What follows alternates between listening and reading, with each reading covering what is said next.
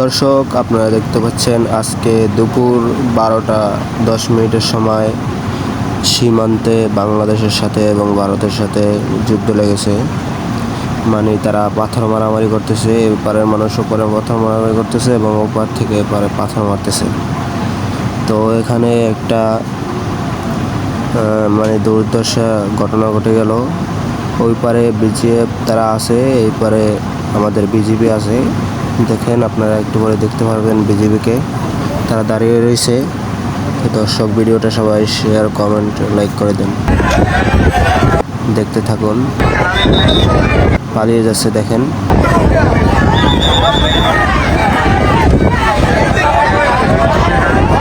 বাংলাদেশের মানুষ দেখে এখন তারা সবাই পালিয়ে যাচ্ছে।